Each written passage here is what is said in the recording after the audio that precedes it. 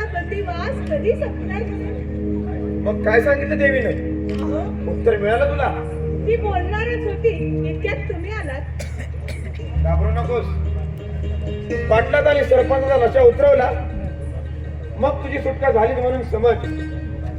त्या दोघांची गावातून खिंड काढणार. नंतर तू तुझ्या घरी जाण्यास मोकळी.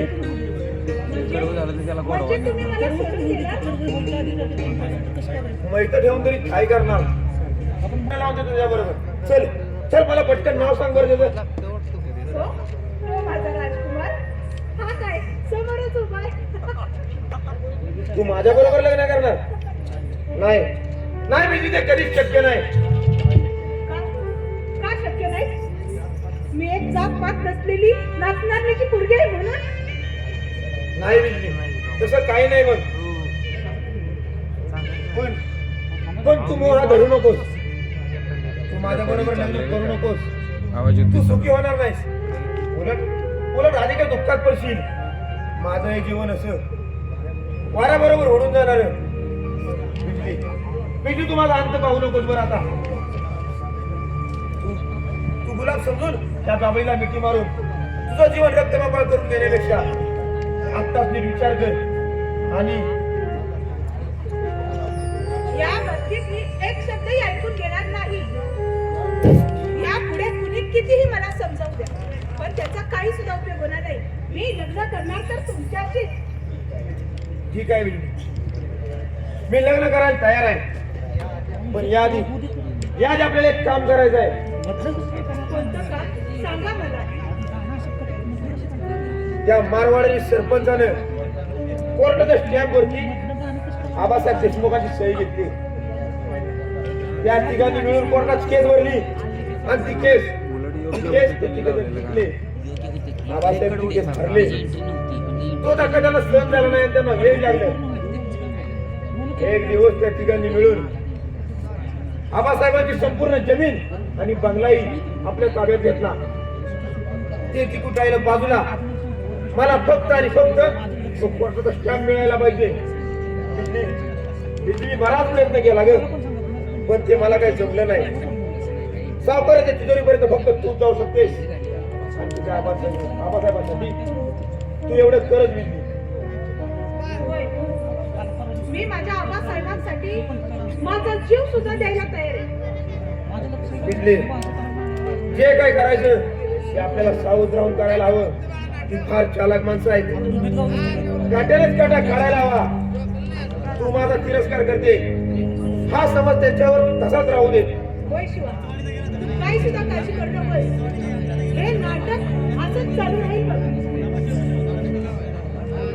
त्या सरपंच मारवाडी पाटलाला तुझ्या प्रेमामध्ये आणि जाण्यामध्ये असं मग्न कर की ते टाकून बाहेरच नाहीत पडले पाहिजे. संधी साधून त्या मारवाड्याकडे स्टॅम्प पेपर काढून घे आणि जमीन आणि बंगला आपण त्यांना परत करू. आता बघा शिवा, मी अशी जादू करते त्या सरपंचावर आणि त्या पाटलावर की त्यांना कळणार सुद्धा नाही की ही बिजली काय चीज आहे ते. त्याची काळजी तुम्ही मुळीच करू नका. तुम्ही फक्त त्या कालियाचं बघा. चला शिवा, आपल्याला ती कामगिरी पार पाडली पाहिजे. चला.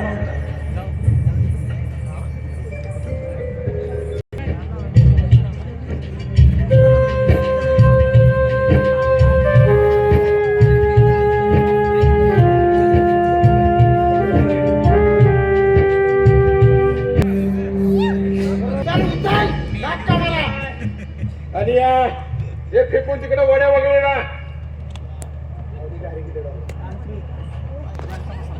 खाऊन त्या घारी की दळा ना त्याला उचल.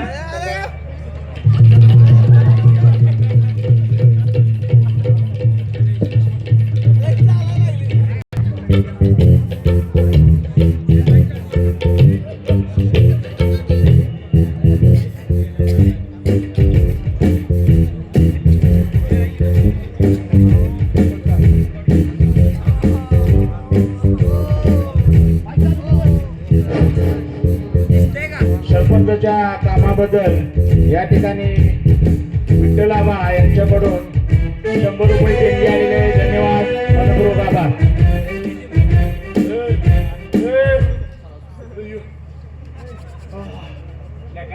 तुझ्या करणीनं वागवून का नाही दमलो.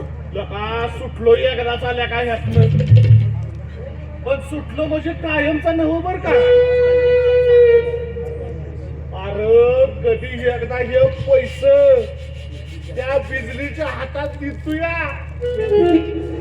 आणि गाण्याची तान तिच्या गोड गळ्यातून ऐकून आता आणि त्या मधुर धुंदीत कसा मग्न होऊन जाईल असं झालंय मला.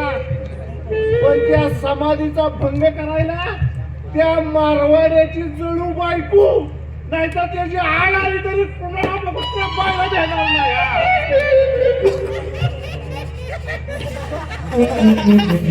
अरे तू नव्हे मी लागणार आहे तिच्या मागे.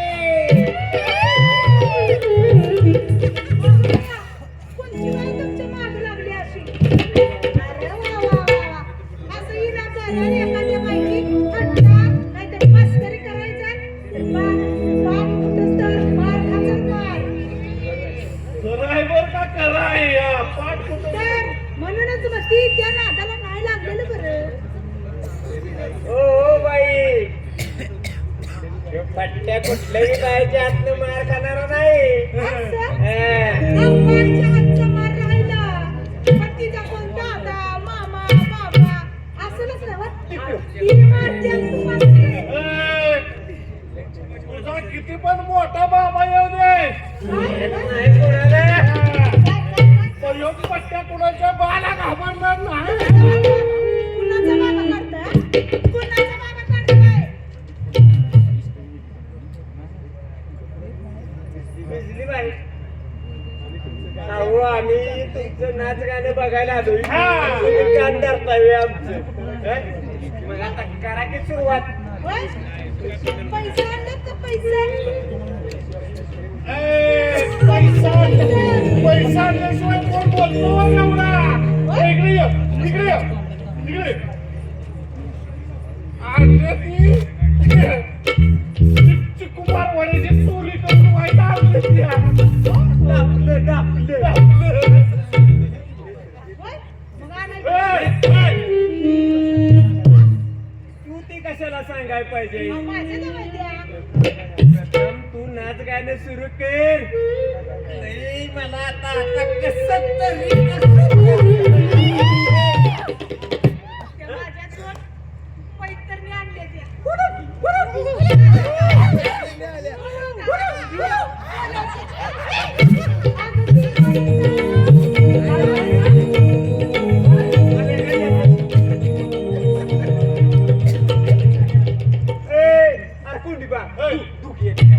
नावं काय त्यांची? मी लाडानं म्हणते ती मला त्यांचं टोपण नाव आशा आणि उषा. ए, तू आशाला घेऊन जा, मी उशाला घेऊन जातो. नाही अरे तुला माहित नाही उशीच माझं एकदम जवळच संबंध. एका लाटात पाडलं नाही.